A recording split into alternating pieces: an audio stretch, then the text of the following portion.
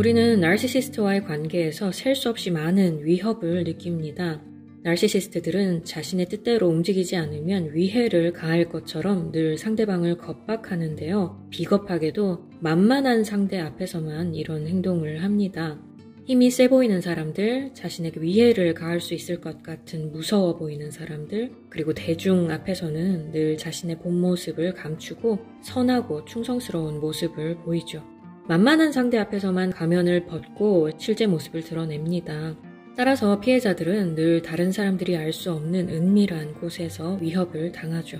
나르시시스트는 마치 사태가 긴급하고 위급하다는 듯이 자기 말대로 움직이지 않으면 큰일이 일어날 것처럼 상대방을 재촉하고 다그치는데요. 에고이스트들은 이런 나르시시스트의 지시에 따라 몸을 빨리빨리 움직여 그들을 만족시켜주려 하는 경우가 많습니다. 이 모습을 보면서 사람들은 이 에고이스트들이 위협에 겁을 집어먹어서 그러는 거라고 생각해요. 그렇지만 사실 에고이스트들은 겁을 먹어서 그러는 게 아닙니다. 에고이스트들은 알고 보면 인간을 무서워하지 않는 존재들이에요. 이들은 모든 인간을 평등하다고 자신과 동등하게 가치 있는 존재라고 생각합니다. 에고이스트들은 나르시시스트의 위협에 겁을 먹어 움직이는 게 아닙니다. 이들이 나르시시스트의 위협에 빠릿빠릿하게 움직이며 맞춰주는 이유는 다음과 같이 생각하기 때문입니다. 저 사람이 이렇게까지 강하게 말하는 걸 보면 상당히 중요한 일인가 보다. 내가 볼 땐 별로 중요하지 않은 일이 누군가에게는 중요한 일일 수도 있으니까 내가 좀 맞춰주지 뭐. 다시 말해 무서워서가 아니라 상대방을 향한 배려심 때문에 그 사람을 위하는 마음 때문에 맞춰준다는 거예요. 그런데 참 안타까운 것은 이런 식으로 지시를 따르고 맞춰주는 일이 반복되면 될수록 나르시시스트는 자신의 지시에 따라 움직이는 상대방을 더더욱 무시하게 된다는 것입니다. 자신이 단호하게 지시를 내리면 거기에 맞춰 이리저리 움직이는 이런 상대방의 태도를 아주 당연하게 여기기 시작해요. 쉽게 말해 상대방을 만만한 호구로 여기기 시작한다는 거죠. 오늘은 이렇게 나르시시스트의 위협에 항상 당해오던 사람이 이제는 역으로 나르시시스트에게 위협을 느끼게 하는 방법에 대해 이야기해보려 합니다. 라마니 도바술라의 강연을 중심으로 이야기를 해볼 텐데요. 단순히 나르시시스트가 하는 위협을 똑같이 따라하라고 말씀드리진 않을 겁니다. 에고이스트 여러분은 상대방을 위협하는 일에 매우 미숙할 뿐 아니라 어설프게 위협을 가했다가는 몇 배로 더 돌려받을 수도 있거든요. 또 나르시시스트들은 위협을 주고받는 일에 매우 능숙한 사람들인지라 웬만한 일로는 위협을 받지도 않습니다. 정말 나르시시스트를 제대로 위협해서 그들을 움직이고 싶다면 그들이 정말 무서워하고 두려워하는 것을 잘 이용해야 하는데요. 이것은 쉽지 않기 때문에 장기간의 연습이 필요한 부분이죠. 제 채널 전반에 걸쳐서 나르시시스트의 심리와 행동 패턴, 대처법을 잘 습득하셔야만 가능한 일입니다. 이렇게 장기간의 연습과 훈련을 필요로 하는 방식은 잠깐 제쳐두고요. 오늘은 좀 다른 방식으로 아주 확실하게 나르시시스트들이 위협을 느끼게 만드는 방법에 대해 말씀드릴 거예요. 나르시시스트들은 심리가 매우 불안정하며 경쟁심과 질투심이 어마어마하기 때문에 같은 것을 보더라도 보통 사람들과 완전히 다른 반응을 합니다. 여러분은 가까운 누군가에게 좋은 일이 생겼을 때 어떤 감정을 느끼시나요? 특별히 사회에서, 학교나 직장에서 좋은 성과를 거두었을 때 어떤 기분을 느끼시나요? 라마니 도바술라의 말에 따르면 가까운 사람이 성공했을 때 나르시시스트가 가장 먼저 느끼는 감정은 바로 위협이라고 합니다. 이들은 자신과 관계가 가까운 누군가가 학교에서, 직장에서 또는 어디에서든 큰 성과를 얻고 다른 사람들로부터 찬사를 들을 만한 업적을 세웠을 때 매우 큰 위협을 느낀다고 해요. 예를 들어 여러분의 배우자가 나르시시스트라면 여러분이 어떤 분야에서 성공을 했고 그 소식을 배우자에게 전했을 때 어떤 반응을 보게 될까요? 확실한 것은 나르시시스트 배우자의 경우 절대 그 성공에 대해 함께 기뻐하는 일은 없다는 것입니다. 이들은 결코 상대방의 성공에 대해 기쁨을 표현하지 않습니다. 대신 상대방이 성공한 그날 자신이 얼마나 황당하고 힘든 일을 겪었는지, 얼마나 고통스러운 일을 겪었는지 말하며 그날을 아주 고통스러운 날로 만들 거예요. 그리고 갈수록 아무 이유 없이 화내는 일이 잦아지거나 당신의 잘못을 더 많이 지적할 수도 있습니다. 나르시시스트는 점점 더 불안정해지고 당신은 점점 더 죄의식을 느끼게 되죠. 나르시시스트들이 성공한 사람을 깎아내리는 일은 비일비재합니다. 당신에게 좋은 일이 생길 때마다 그들은 그 시간을 망치려 들 거예요. 그들은 절대 당신과 감정을 나누려 하지 않을 겁니다. 기쁨을 함께 느끼려 하지 않을 거예요. 당신의 공로를, 노고를 인정하고 응원하고 격려하려 들지 않는다는 거죠.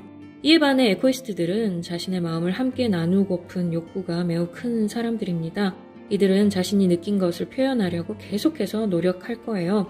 내가 얼마나 기쁜지, 얼마나 기분이 좋은지, 얼마나 신기한지, 얼마나 꿈 같은지 등등을 말하고 그 말에 대해 동의를 얻고 싶어 하죠. 생각해보세요. 나와 가장 가까운 사람들, 친밀한 사람들과 이런 감정을 함께 나누고 싶어 하는 것은 죄가 아닙니다. 오히려 아주 당연한 심리죠. 나에게 좋은 일이 생겼는데 나와 가장 가까운 사람이 아니면 누가 축하해줘야 할까요? 에코이스트들뿐 아니라 모든 보통 사람들은 자신이 무언가에서 성공했을 때 친밀한 관계에 있는 사람에게 가장 먼저 말하고 싶어 합니다. 집으로 달려가서 혹은 전화를 집어들고 가장 먼저 그 사람에게 이 좋은 소식을 알리고 싶어져요. 가까운 누군가로부터 축하를 받고 기쁨을 나누고픈 이런 심리에는 전혀 문제가 있는 게 아닙니다. 이에 대한 나르시시스트의 반응에 문제가 있는 거죠. 아무튼 이 나르시시스트들이 비정상적인 반응을 보이는 이유에 대해 잘 모르는 에코이스트들은요, 동의를 받을 때까지 계속해서 표현하려고 노력합니다. 지금은 저 사람이 많이 바빠서, 오늘은 경황이 없어서, 다른 중요한 일이 있어서 내 마음을 이해 못하는 걸 거야 라고 생각하며 시간이 지나 다시 말을 꺼내고 또 말을 꺼냅니다. 그러나 나르시시스트들은 끝까지 동의하지 않아요. 당신은 나르시시스트의 동의와 축하, 격려를 받고 싶어 계속해서 심기를 살피고 어떻게든 당신의 그 마음을 나누고 싶어서 방법을 찾아내려 애쓰고 또 애쓰죠. 따라서 마치 당신이 관심과 인정을 갈구하는 것처럼 보이는 상황이 돼버립니다. 그리고 결국 나르시시스트는 절대 당신의 감정을 인정하는 일이 없죠. 당신의 감정을 무시하고 깎아내리며 자신이 느끼고 있는 불안과 고통을 당신이 느끼도록 만들 거예요. 만일 이 나르시시스트가 러브바밍 중이거나 후버링 중이라면 아마 함께 기뻐해 줄 수도 있습니다. 당신이 듣고 싶어하는 바로 그 말들을 늘어놓을 거예요. 자기 일인 것처럼 말이죠. 그러나 러브바밍과 후버링 시기가 지난 후 나르시시스트는 뭐라고 할까요? 직장에서 승진을 한 당신에게 이렇게 말할 겁니다. 내가 볼 때 당신은 아직 그 단계까지 갈 준비가 안 된 것 같아. 당신이 과연 그 일을 잘 할 수 있을까? 그 자리에는 자격이 있는 사람이 가야 할 것 같은데? 이들은 당신의 자질에 대해 의심하고 당신의 흠을 끄집어내며 지금 얻은 성공으로 당신이 기쁨을 느껴서는 안 되는 것처럼 말할 것입니다. 당신이 느끼는 감정이 잘못된 것처럼 말할 거예요. 당신이 지금 마땅히 누려야 할 기분, 감정을 망치려 들 거란 말이죠. 그것도 아주 교묘하게 당신에게 뭔가 잘못된 점이 있다는 것을 부각시켜서 죄의식, 죄책감을 느끼게 만들어서 말이에요. 당신이 지금 느껴야 할 감정은 기쁨과 환희, 쾌감이 아니라 죄책감, 수치심, 의무감, 책임감 등을 느껴야 하는 것처럼 말할 겁니다. 어찌됐건 이들은 무슨 일이건 당신이 마땅히 자연스럽게 느껴지는 감정들을 누리는 것을 그냥 두고 보지 못합니다. 당신이 스스로를 의심할 수밖에 없게 만들어요. 반드시 기억하시기 바랍니다. 나르시시스트들은 당신의 생각, 당신의 감정을 있는 그대로 인정하지 않는다는 것을요. 어떻게든 당신이 느끼고 생각하는 것이 잘못된 것이라고 말하고 싶어 합니다. 그래서 당신이 무슨 일을 하든 끊임없이 그들의 눈치를 보고 그들의 감정과 생각을 살피며 거기에 모든 것을 맞추어 말하고 선택하고 행동하길 원해요. 당신이 스스로 느끼고 스스로 생각하고 스스로 선택할 모든 자유를 빼앗고 싶어 한다는 거죠. 물론 사실 우리 모두는 다른 사람이 성공한 모습을 보았을 때 상대적으로 초라한 내 모습을 보며 힘든 마음을 가질 수 있습니다. 내가 갖지 못한 무언가를 가진 사람을 보았을 때 사실 기분이 좋지만은 않아요. 그래도 성숙한 사람이라면 내가 느끼는 그런 부정적인 기분보다는 우선 내 친구, 내 가족, 내 지인들의 입장을 먼저 생각할 것입니다. 그들이 얻게 된 좋은 결과에 대해 먼저 내일인 것 마냥 축하부터 해준다는 거예요.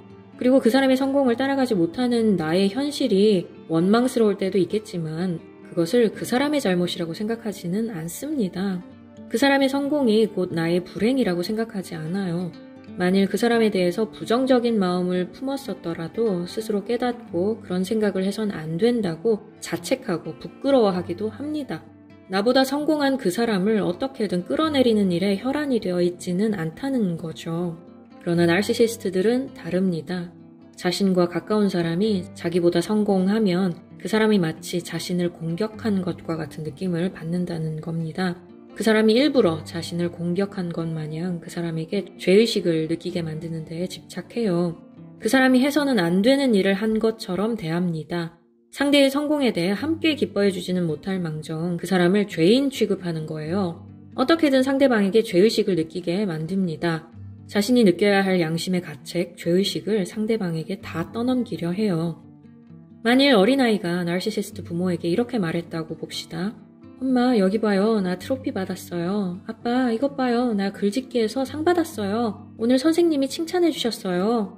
이런 이야기들을 듣고 나르시시스트 부모들은 어떻게 할까요?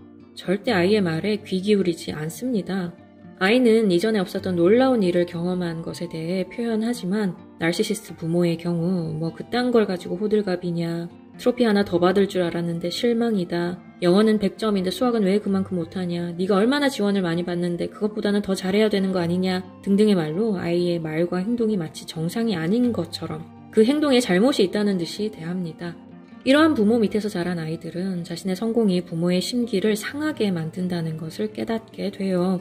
부모가 자신의 성공에 위협을 느낀다는 것을 알게 되죠. 그래서 어느새 자신의 성공, 자신이 이룬 성과를 스스로 깎아내리고 자신이 아무리 대단한 일을 해냈어도 그것이 별것 아닌 것처럼 말하고 행동하는 데에 익숙해집니다.